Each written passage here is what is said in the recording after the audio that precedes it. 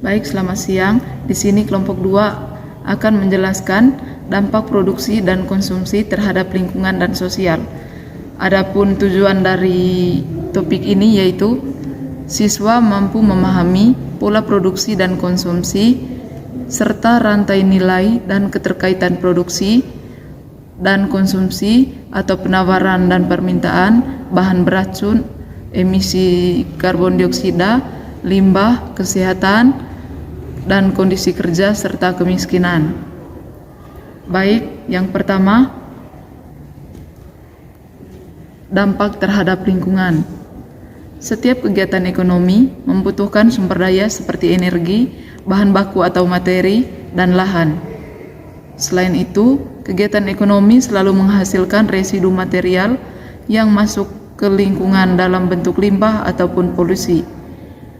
Di satu sisi, bumi memiliki kemampuan yang terbatas baik dalam memasuk sumber daya maupun dalam menyerap polusi.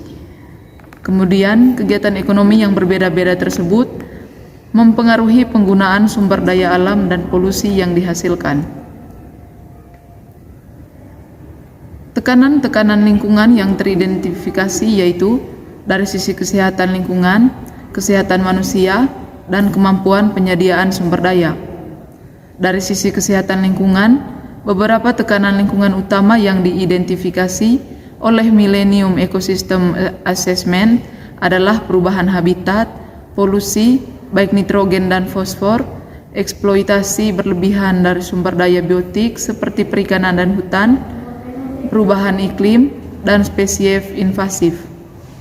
Kemudian, dari sisi kesehatan manusia, WHO mengidentifikasi tekanan lingkungan berupa air minum dan sanitasi yang tidak sehat, pembakaran bahan bakar pada sektor rumah tangga, paparan timbal, perubahan iklim, polusi udara perkotaan, dan pajanan partikulat yang menjadi salah satu kontribusi utama penyakit saat ini.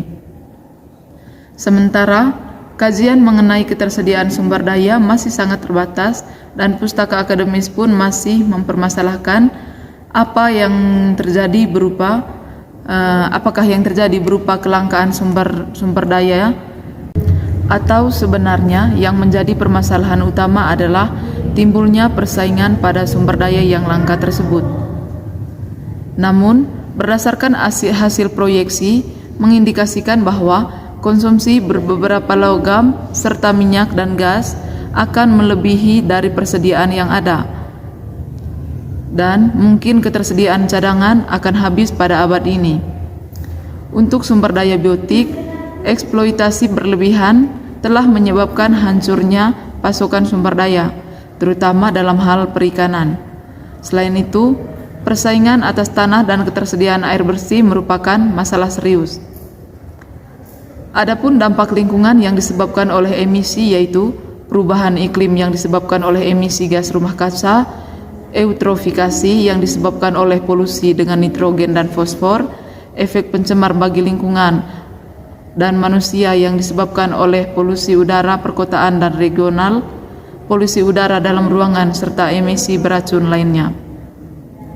Sedangkan dampak lingkungan terkait dengan penggunaan sumber daya yaitu penipisan sumber daya abiotik atau fosil yang membawa energi dan logam. Kemudian penipisan sumber daya biotik terutama ikan dan kayu, perubahan habitat dan kompetisi sumber daya dikarenakan air dan tata guna lahan. Dari perspektif produktif, telah teridentifikasi 3 proses produksi pada industri dalam menetapkan prioritasnya. Pertama adalah proses yang melibatkan pembakaran bahan bakar fosil, yakni berupa kegiatan yang melibatkan pembakaran bahan bakar fosil dengan menggunakan listrik, yang biasanya dimanfaatkan untuk pemanasan ruangan, transportasi, penyulingan, logam, dan energi, di mana faktor tersebut adalah salah satu kontributor utama dalam perubahan iklim. Penipisan sumber daya abiotik, eutrofikasi, asidifikasi, dan toksisitas. Kedua adalah pertanian dan kegiatan yang menggunakan biomasa, yang merupakan kontributor signifikan terhadap perubahan iklim. Eutrofikasi penggunaan lahan, penggunaan air, dan toksisitas. Ketiga adalah perikanan, di mana eksploitasi berlebihan dan berkurangnya cadangan ikan.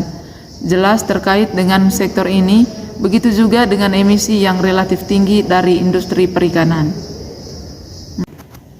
Secara umum, identifikasi dampak terkait dari penggunaan akhir produk dan jasa dapat ditinjau dari dua sisi, yaitu prioritas produk dan konsumsi akhir.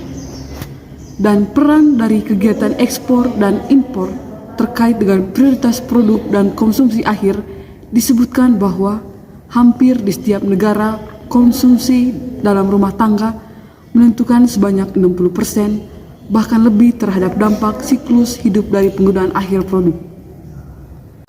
Di mana pada rumah tangga di negara berkembang, konsumsi makanan dan perumahan mendominasi emisi gas rumah kaca. Sedangkan pada negara industri, seluruh studi menunjukkan sebanyak lebih dari 70% dampak berasal dari konsumsi rumah tangga, seperti perumahan, makanan, dan peralatan listrik. Sementara dampak dari konsumsi kegiatan pemerintahan serta investasi pada infrastruktur dan pasar modal biasanya lebih rendah dibandingkan dengan konsumsi dari rumah tangga. Ekspor dan impor pun ternyata berpengaruh dalam hal ini, mengingat negara berkembang terutama di Asia telah mengembangkan diri menjadi eksportir produk ke negara-negara maju dalam jumlah yang besar. Akibatnya, dampak yang didorong oleh konsumsi negara-negara maju sebagian berpindah ke negara-negara produksi.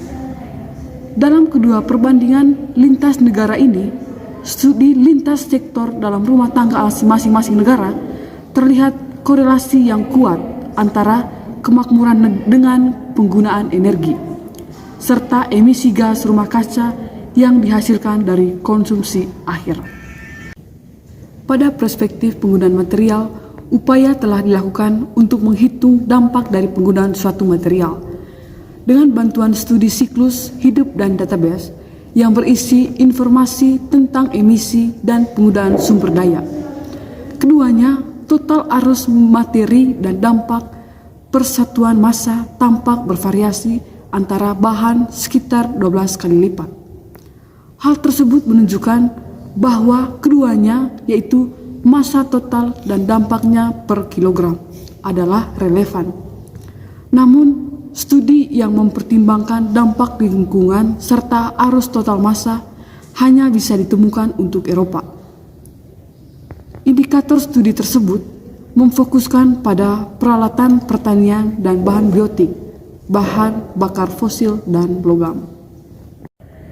Dapat disimpulkan bahwa sektor pertanian dan konsumsi pangan diidentifikasi sebagai salah satu pendorong utama tekanan lingkungan yang menjadi penyebab utama perubahan habitat, perubahan iklim, penggunaan air, dan emisi beracun.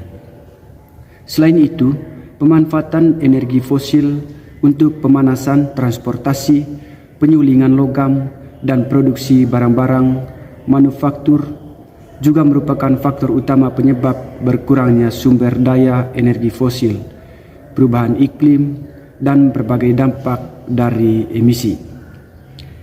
Mengingat perkembangan yang pesat baik di sektor industri maupun teknologi, maka dibutuhkan studi serta penelitian lebih lanjut dalam mengevaluasi tren, mengembangkan skenario, dan mengidentifikasi beberapa hal rumit.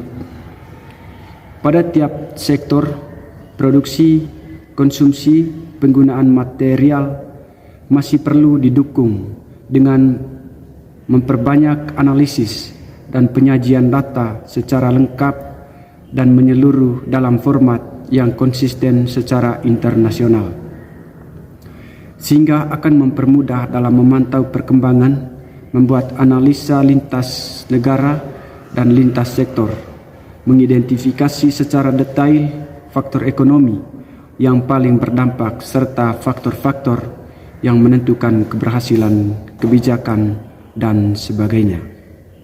Yang kedua, dampak sosial. 1. Pekerjaan dan penghidupan. Produksi menciptakan lapangan pekerjaan tetapi juga bisa menyebabkan ketidaksetaraan upah dan kondisi kerja yang buruk. Konsumsi berlebihan dapat mengakibatkan perilaku konsumtif yang tidak seimbang. Yang kedua, kesehatan masyarakat. Produksi industri kadang-kadang menghasilkan polusi yang merusak kesehatan masyarakat. Konsumsi makanan dan minuman berlebihan dapat menyebabkan masalah kesehatan seperti obesitas dan penyakit terkait. Yang ketiga, ketidaksetaraan sosial. Produksi dan distribusi sumber daya mungkin tidak merata, menghasilkan ketidaksetaraan sosial dan ekonomi antara kelompok masyarakat. Keempat, budaya konsumsi. Budaya konsumtif yang kuat dapat menggeser nilai-nilai tradisional dan mempengaruhi identitas sosial masyarakat. Kelima, kehidupan komunitas. Produksi dan konsumsi massal bisa mengurangi rasa komunitas dan pertukaran sosial yang berarti, terutama dalam masyarakat urban.